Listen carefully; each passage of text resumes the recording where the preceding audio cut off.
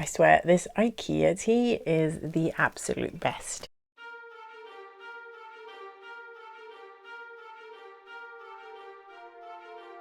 Hello! I'm not going to start again. This is it. Welcome to the Braid and Tinker podcast. This is episode 23. This is a video podcast mainly about knitting because that is my biggest hobby. My name is Melanie and you can find me as Braid and Tinker on most places on the internet, Instagram, Ravelry, Etsy, Twitter, stuff like that. I'm not on Facebook because I can't add more stuff to that list. Welcome, returning viewers, welcome back, and welcome new viewers. I have seen a pretty big increase in new viewers, or at least new subscribers in the past 2 weeks, so I'm very excited about that.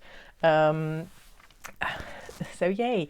I think I'll just start with like the most obvious thing, because I have a finished object this week. Actually, I have two finished objects, and it's not this week, it's this episode, because I'm not a weekly podcaster.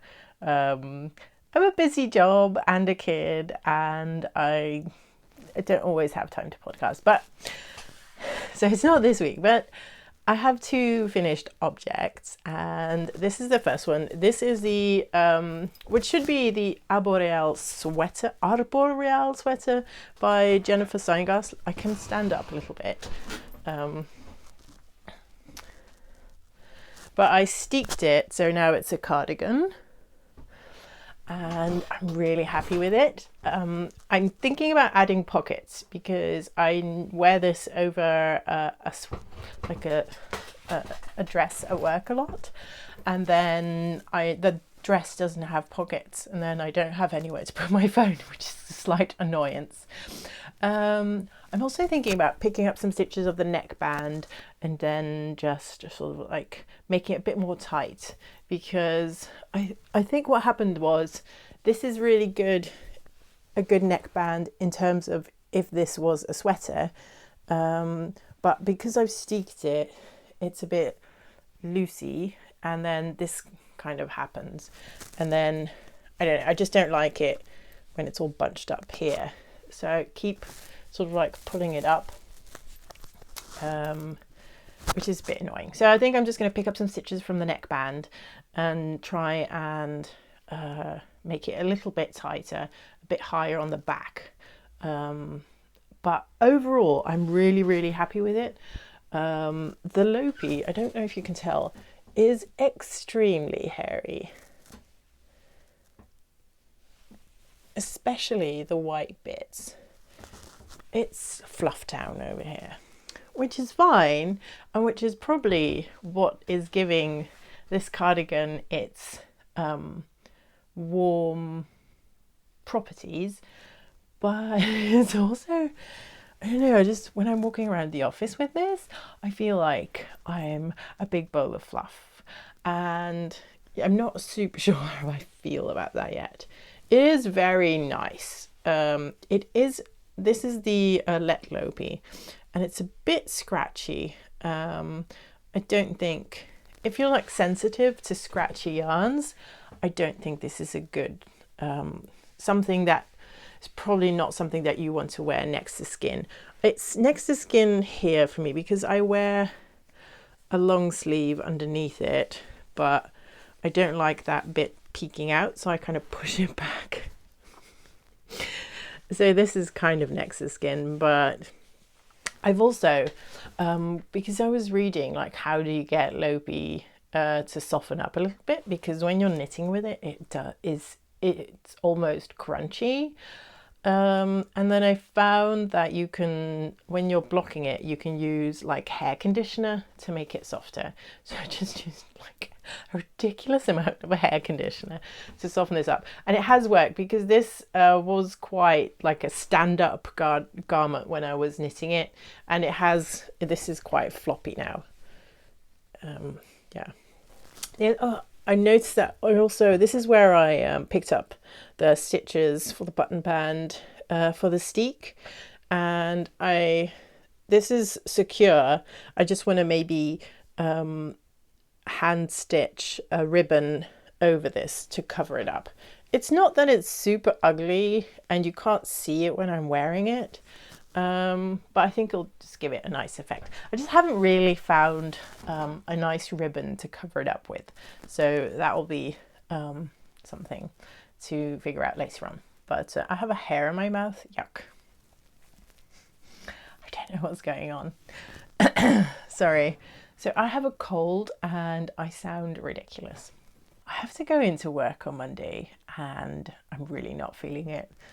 Also because I don't feel super 100% well. The problem is I'm a software developer and we're working on a new project that has to be finished January 1st. It's going live.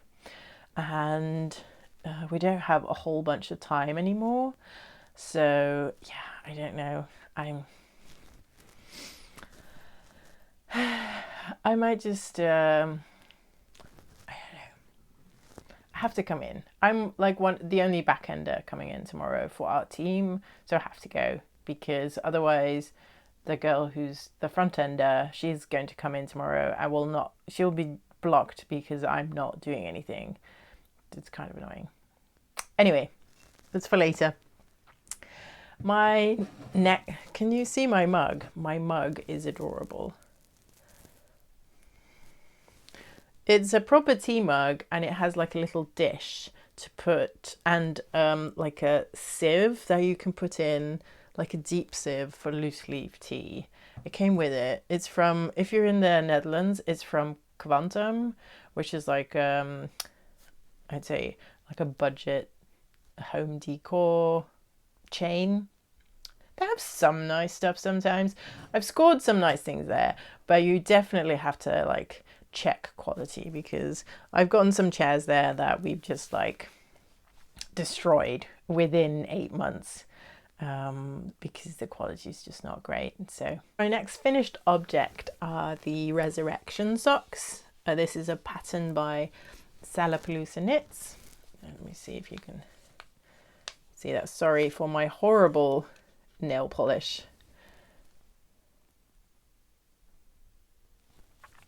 I'm out of time to redo them. This is, so this is a pattern from Salapaloosa Knits. It was part of her Hallows sock collection that came out at September, which was three sock patterns. So it's the Hallows sock collection and they're based on the Deathly Hallows from the Harry Potter books, and she came out with it was like a 3-month club thing and they started September, and I seem to remember this is the last pattern. And the pattern is written for top down, but I knit them toe up. So for me, the pattern is upside down. So, but I don't think it really matters.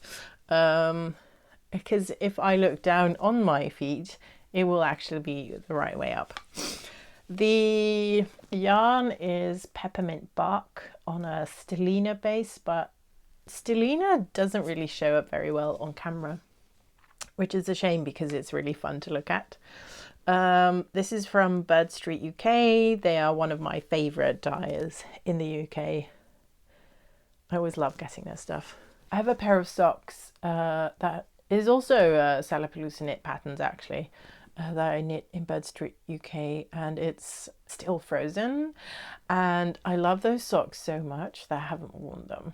They're in my sock drawer and they've just been there untouched because I'm worried that I wear my hand knit socks all the time, but I have about I would say 3 weeks worth of hand knit socks, and I just, I mean, I don't wear them like again and again and again, and I know some people do, and you can, but I like to wash them like after 1 or 2 wears, which is probably not the best thing for them.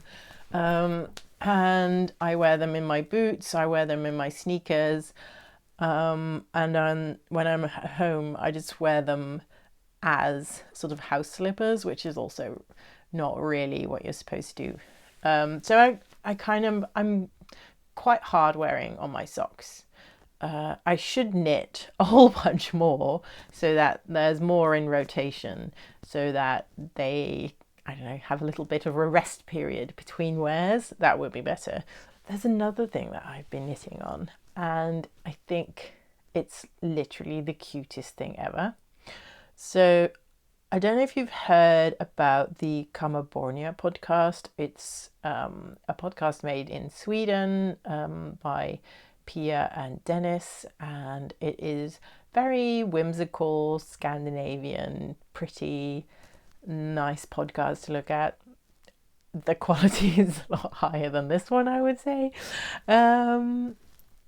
But Pia has come out with a mitten pattern called the Wisby mittens, and she's made a miniature version called the mini Wisby pattern, and holy shit, they're adorable. So I got the because I'm a patron of their podcast.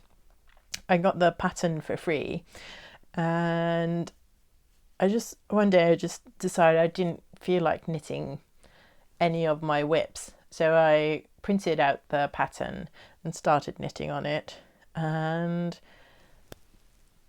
it's a mini mitten and it has a mini thumb. So cute. This is yarn that I've used for my Christmas decoration. I have a ton of Christmas balls from the book Christmas Balls to Knit from Arne and Carlos. And so our tree is like full of Christmas balls. People are always like, wow, that took you so much time. And it's true. But it was when I didn't have a kid yet. And I didn't knit all of them like in one Christmas season. It took me a couple of years to sort of like get to the Christmas ball stash size that I have now. Anyway, I have a lot of that red and white yarn because it's Fildar Folk Sock 50, and it's just a red and a white colour. But I like the red because it's very Christmassy red to me, like Mariah Carey red, I would say. So these are cute. And then I found, obviously, because I've been knitting some mittens this year, I had some Rauma and Tuku wool left over. So I knit this one as well. I think this one's very cute too. But, and this is what I wanted to show you. This is the same pattern, the same stitch count, the same needle size. It's just a different yarn. And this one is way bigger than this one. I don't think it shows up on camera, but in real life it's a lot bigger. If I hold them, you'll see that this one is bigger. Anyway, this is a super fun pattern. I think I've done Latvian braid before, but not in an actual project, just to practice. And I think the way that Pia explains it in her pattern is really good. I found it very easy to do. It was much easier than I thought it would be, because when I saw that it was Latvian braid, which is this thing and this thing, I just thought, oh, it's Latvian braid. That's a thing that's hard. I might skip it. And then I read through the instructions and thought, that's actually not very hard at all. So I might, one day, when I have time, do a little video tutorial on how extremely easy this is. The thing to, I think, remember with Latvian braid is that whilst you're doing it, it looks like you're doing it wrong. And then when you finished it, it still looks wrong. And then you keep on knitting in your pattern, and then it looks, oh, now I see, it looks right. So at the beginning it just looks weird, and then you keep thinking, then you get that like little nagging feeling in your mind where you're like, I'm doing the exact thing that it says to do in the instructions, but it doesn't look right, I'm probably doing it wrong. But you're not. That's just how it looks. So it's a Latvian braid, corrugated ribbing, which is, if you've never done that before in this pattern, it's explained like really, really well. Another Latvian braid, and then it's the pattern. And then on the back, it's a different pattern. And she puts in a thumb, and I think if you're making these as miniatures, because I've made another red and white one and I've put it on my bag so I can walk around with a mini miniature mitten on my bag, because that's the type of person that I am. And then I think the thumbs are adorable. You could use this pattern if you're like using a thicker yarn, maybe a little bit bigger needles. You could make these into baby mittens. I wouldn't use the thumb then. And the thumb is a bit fiddly, and I find. And also, I didn't feel like, I probably did this wrong, but I didn't feel like the stitch pattern on the thumb was showing up as nice. So for this one, I just did a plain thumb, which, it's fine. I don't think anybody who picks this up says, oh, this is adorable, this is a cute little mitten. Nobody will say, oh, there's no stitch pattern on the thumb. So, I just left it. But yeah, I wouldn't make a thumb for a baby, because babies have weird hands and you just want to put the thing over their hand and not fiddle with the thumb. But I think these would be adorable for babies. They're a very fast knit. I have to say, this is way faster than one of those Christmas balls. I think I have one here. This is a lot slower. Also, this is not a pattern from that book. This is just something that I made up myself. It's supposed to be like a peacock feather, because I was inspired by something that I saw with a peacock feather on it. So it's not an official Christmas ball, but this is what they generally look like. And then this is the mitten. The mitten's much faster. I can do 3 of these in an evening, I think. So I have a new cast on, which is the Gramps cardigan by Tinker Knits, and I hope I put no, I didn't put the pattern in here. Okay, I'll show you a picture on screen. And I'm using this mustard colour by Drops, and this is obviously not for an adult. This is for my 3-year-old. It looks a bit big, but he's a little Dutch boy, so he's very tall. He's like a proper bear cub sized boy. So I'm almost finished with the ribbing at the bottom. I just need to add sleeves, and then you pick up the stitches and you make a shawl collar at the top. This was very easy because it's Sunday today, and I think I picked this up, started this on Thursday or Wednesday evening, and I think most of the body is done. So it's a pattern that has you can put buttons on it and close it. I just prefer cardigans that are just open, and I don't really need buttons. You could even put buttons on, as pretend buttons, but I think I just like it open, because you still get the warmth of the cardigan, but not like the stifling warmth. I don't know. I prefer open cardigans. It's personal preference. But this is really nice. It has a V-neck, and then it goes down. I would say if you want to make like a V-neck sweater, this is actually a really good pattern to get stitch count from. Tinker Knits, their patterns have all sizes, from 6 months old babies to larger humans, much larger. And then so you can knit this pattern for everybody that you know. And it's a raglan with V-neck shape. And if I was to do a V-neck sweater for myself, I was just imagining this when I was knitting on it. I don't really have any plans for it, but what you can do at a certain point, the V stops obviously, and then you just go straight down. When that V stops, you could just stop knitting it flat, but knit it in the round, and then you would have a V-neck sweater. So yeah, and then you would just pick up the stitches of the neckband and knit some ribbing on it, and I think it would look really, really nice. I really like this color. Let me see if I can get ooh, almost out of that ball. This is color 52, and it's Drops Charisma.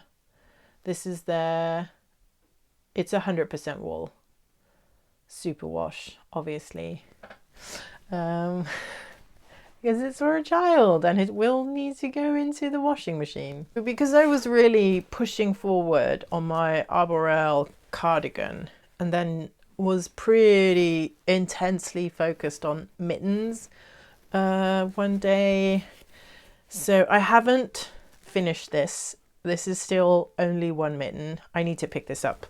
This is something I dyed up, I think last year, at the end of last year, when I was like experimenting with dyeing, and I just didn't like what I was knitting, so I ripped it out. And the funny thing was, I was cycling home from work on Friday, and I was thinking, oh, it's gonna be Christmas, and then I'll have like some time to pick out a Christmas Eve cast on pattern.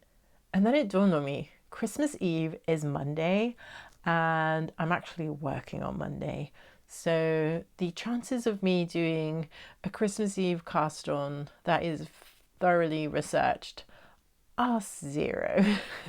So I might actually cast these on Christmas Eve, but maybe just as a plain sock, or maybe a pattern that I've done before. I'm not super sure yet. I do really like this yarn. It's pinks and reds and browns and a little bit of white, and it's on a gold stellina, so it feels very Christmassy. So it's in this bag. It's kind of like a ready to go sock project. I have like a super exciting announcement for 2019, because I thought of a club that I thought people will like, because I want to start knitting on like a scrappy blanket project, like the Northeasterly Blanket that has come out, and I've seen quite a few people working on that, and it looks really, really good. But I thought I don't really have a whole bunch of minis that would be cute in that, so I thought, what if I make like a mini club? So that's what I've done, and I'm calling it Blanket Club, and it's for minis. These are not the minis that will be going in the club, but these are just like a little example. I really like this one. I also really like this one. I also like this one, but I will. So the idea of the club is it's a 3-month club, and I will be shipping them at the end of January. You'll get the first one. At the end of February, you'll get the second one, and then at the end of March, you'll get the third one. And each month you will receive 3 minis. Not these. These are just something so I have something to hold up. And I don't even have a speckled one, but obviously there will be speckled yarn in the club. Every month you'll get 3 minis, and so in total, after the whole thing is sent out, you will have 9 minis that you can add to your blanket project. And first I thought I could just send out in one go, send out 9 minis, but then I thought sometimes I really like it if there's like something to look forward to, like a subscription service. So it's almost like a subscription club for 3 months, and you get 3 minis every time. So I've opened a listing for that on Etsy, and if you purchase it, you pay once. So it's just you pay for the entire 3 month club, and the shipping cost is also one shipping thing, but it covers 3 shipments. I've done my utmost to keep the shipping low, because if you add 3 times of shipments, or 3 shipments into one lump, it feels like a lot of money. And then, I understand that. So I think, so there are strict rules in the Netherlands about what is a package delivery and what is a letterbox delivery. And unfortunately, skeins of yarn don't fit in the letterbox category, because here, this is a package, because it's not flat. You cannot flatten it to 3 centimeters, so it doesn't work. Minis, however, can easily be flattened to 3 centimeters. So I'm just going to get those letterbox boxes and put those in, and then that will help with keeping shipping down. So I think that'll be good. Again, this is not one of the clubs. This is just 3 random minis that I have picked up from my desk just now. So those are not the clubs. I haven't started dyeing the clubs yet. Because I posted a listing last Sunday, and ever since I've been like super excited, and I want to do like themes, and I have a bunch of ideas, and I want to do like a little story and a stitch marker and wrap it nicely and have it be really like every month you get something that's like a little experience in a box, and then you have 3 minis that you can add to a blanket project or something else. It's totally up to you. I'm not going to dictate what people do with their minis, but I just love the idea of blanket club. So that is on Etsy right now. I think I'll have the listing open until, I don't know, January 10th, maybe, something like that, because then that will give me enough time to dye the minis, package it all up, and send it out to the people who subscribed. Something like that. I haven't, but at a certain point, I will be yammering on Instagram that it's only so many days until the first quarter of Blanket Club closes. So keep an eye out for that. The listing is on Etsy. Other things, so the Northeasterly Blanket is one of my planned knits for 2019. And I thought I would just discuss 2 other projects that I'm really planning on making, hopefully sooner rather than later. One is the Sorbet cardigan, and the designer is, I have to peek, Mille, and I think it's a Danish designer. And this is a cardigan that is very popular in Scandinavia. I've checked Ravelry. It has about 100 projects. I checked the Instagram tag. It has over 6,000 tags. So obviously people can tag a photo, and it could be just one project multiple times, but it does show that this has been knit way more than the actual projects on Ravelry. I have a hair in my eye. So it was interesting to see that. It's a very fun mohair coloured cardigan. It has these border stripes in bold and or pastel colours, and it's just very colourful, very fluffy.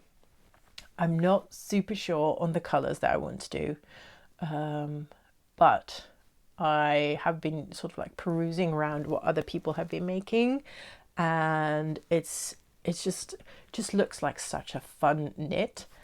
The other thing is, I think the pattern is written to work in the flat, but I've seen some people stick it, and I might do that as well.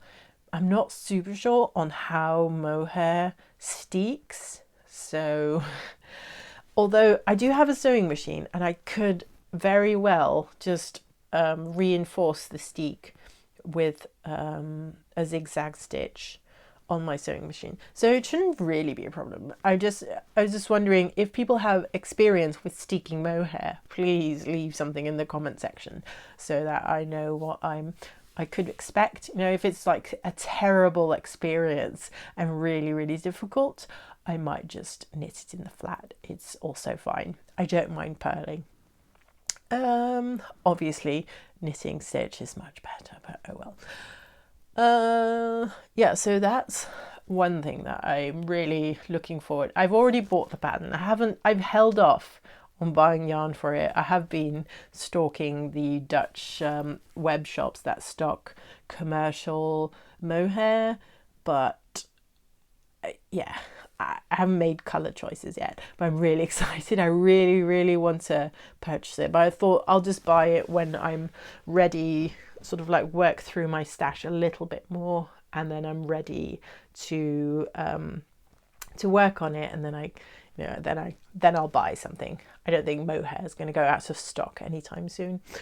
The other thing, have you seen the Nordiska pattern by Caitlyn Hunter? I saw it pop up on my feed and I was like, what is that? I need to have it. It's so good. It's like it's so clever. It's like an open, what's this thing called? Like a wide, I don't know words anymore.